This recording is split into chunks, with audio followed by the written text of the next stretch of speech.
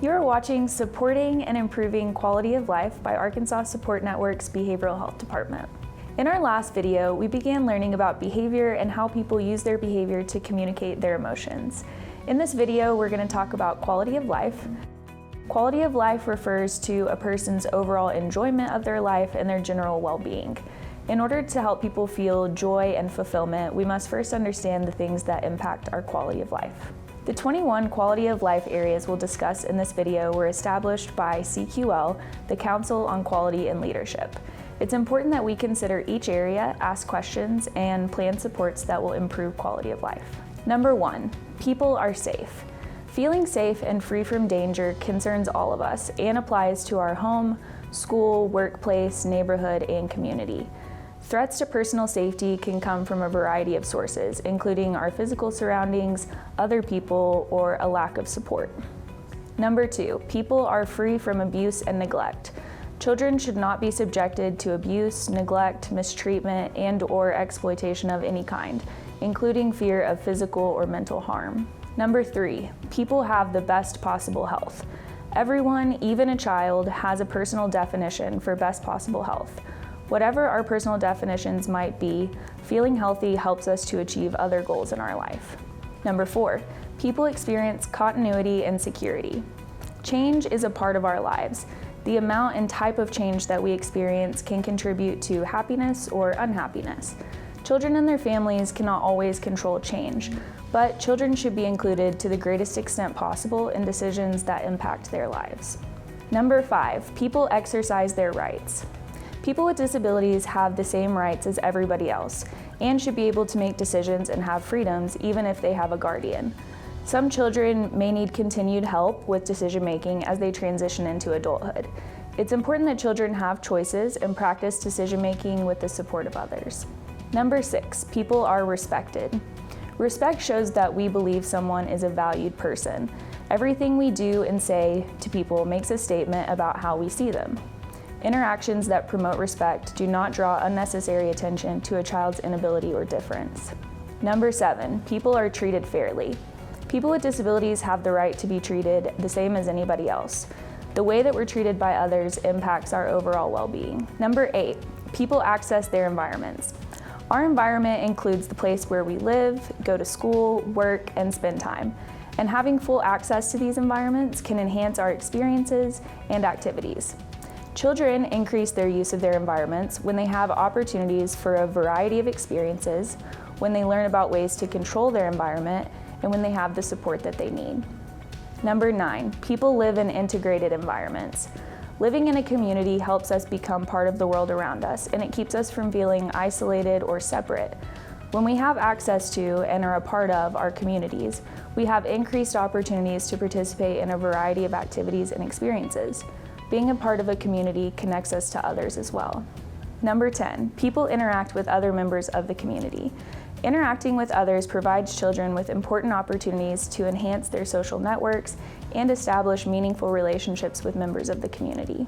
Number 11, people participate in the life of the community. The community offers many activities and experiences where people find and develop their interests, we take care of our personal needs, and we enjoy time with others.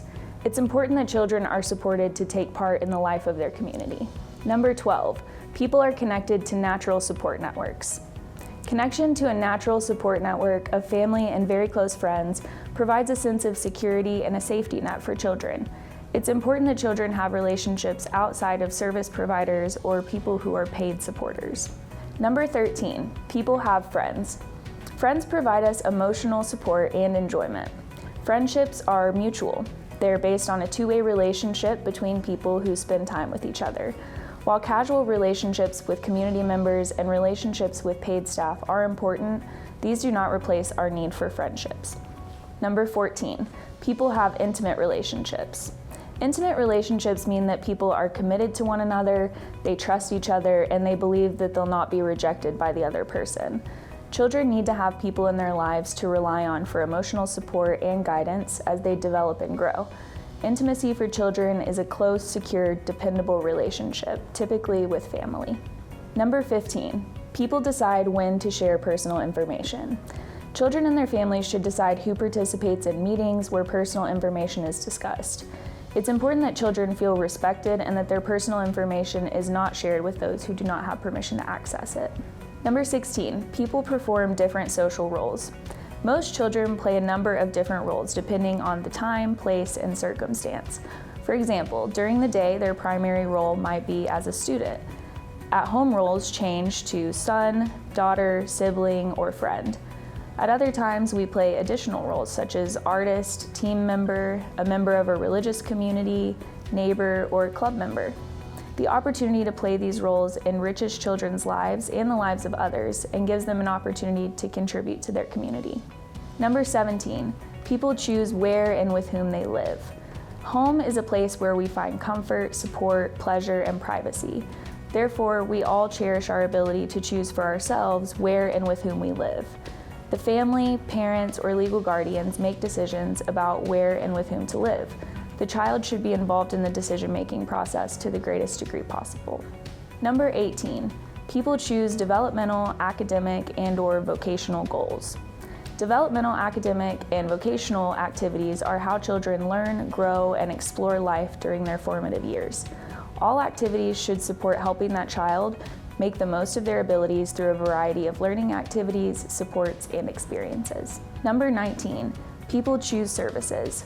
Services and interventions should focus on personal goals and desires. To promote choice, these options should be presented and explained to the child. These options should be well matched to the child and the family's goals. Remember, a child's ability to choose and make decisions changes throughout their life, and it's never too early to teach a child how to make decisions. Number 20, people choose personal goals. Our goals reflect what we want for our future, and each of us has a unique way of expressing our dreams, hopes, and desires.